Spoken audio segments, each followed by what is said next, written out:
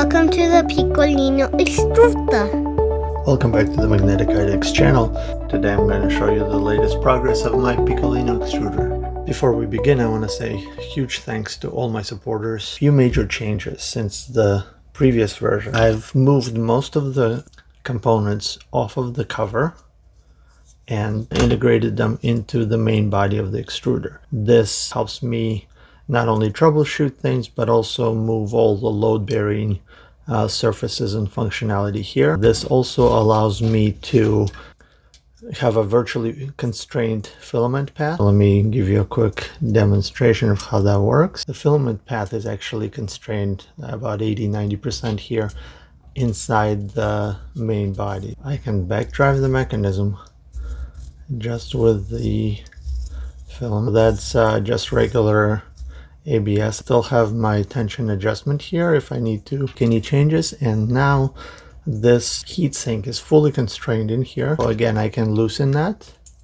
with a set screw, and I can, for IDEX machines, adjust my Z offset. I can drive the position of my nozzle with the extruder gear like this until I make contact with whatever I'm calibrating with, whether it's a sheet of paper or a touch probe or whatever it may be.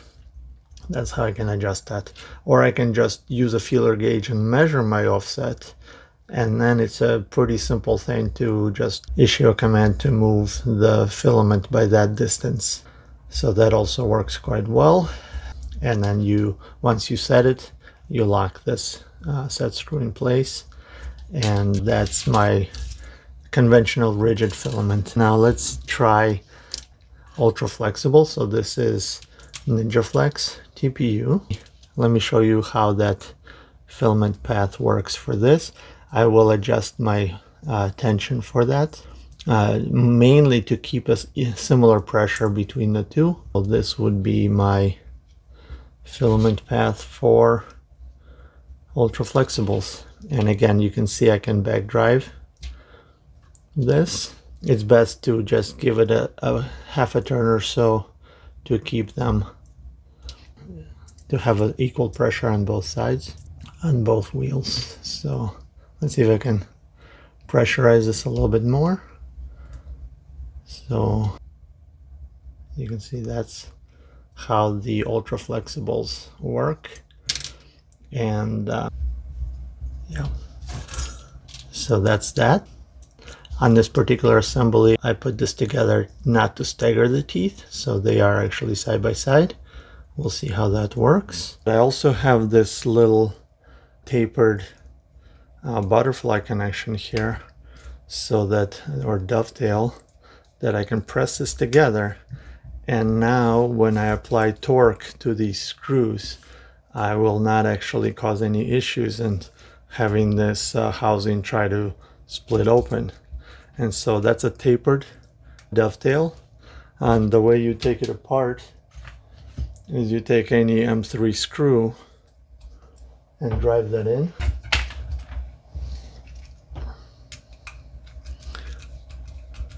I know I have the wrong bit, but it works. It's a Torx.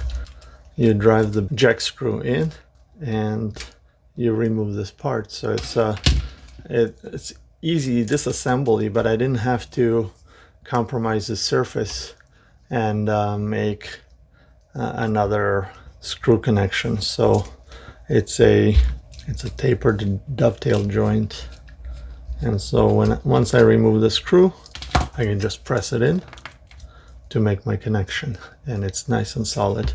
So this assembly is literally just held with two M3 screws, and in fact that will actually pin it to the carriage.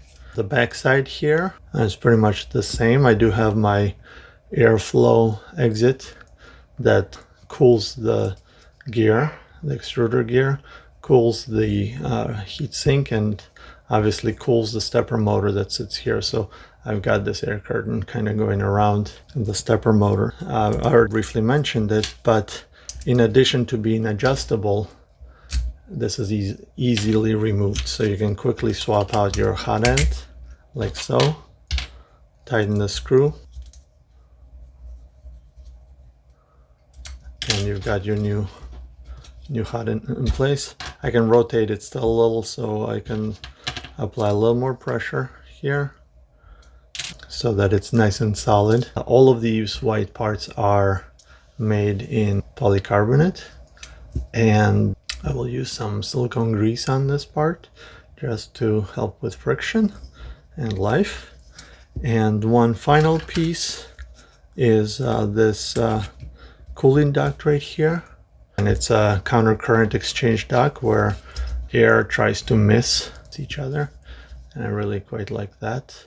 Less turbulence, more laminar flow, if you will.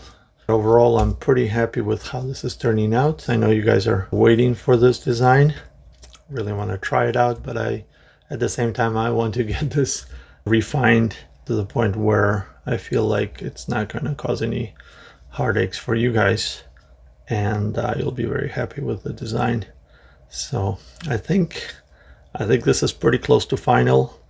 I can't think of any more improvements that are required. I'll be looking very closely at surface finish and how this is extruding, and whether the stepped tooth profile works better than the side-by-side tooth.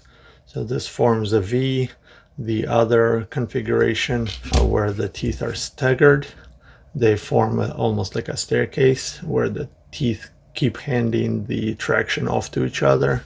To me, this sounds more logical, but I do want to just make sure that I've tried every configuration. The design, if you remember, the design of these extruder teeth is such that if I offset them by 90 degrees, I can get one configuration. If I put it back, I get the other configuration. So this allows me to make two different versions or two different configurations of traction gears. We'll see how this one works. Yeah, overall, that's my quick update. I hope you enjoyed the video. Like, share, subscribe, and stay tuned for more magnetic IDEX and Picolino videos. Thank you. Bye.